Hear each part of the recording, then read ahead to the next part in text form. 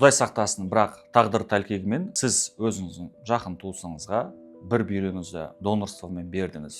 Сізде жалғыз бүйрек қалды. Бүйректің күтімі қалай болу қажет?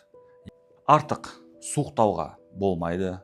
Егер сізде тонзиллит, ангина немесе жедел респираторлы инфекциялық аурулармен жиі ауырсынсаңыз, оның алдын алған дұрыс. Және де егер сіз ауыр спорт түрлерімен айналыссаңыз, оны жеңілдету қажет болады.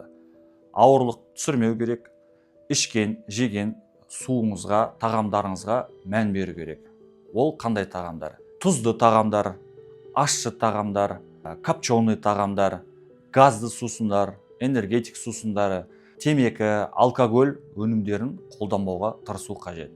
Судың мөлшерін реттеп, судың көлемін тек күндіз ғана қолданған дұрыс. Жатар уақытта артық су қабылдамауға тырысу қажет.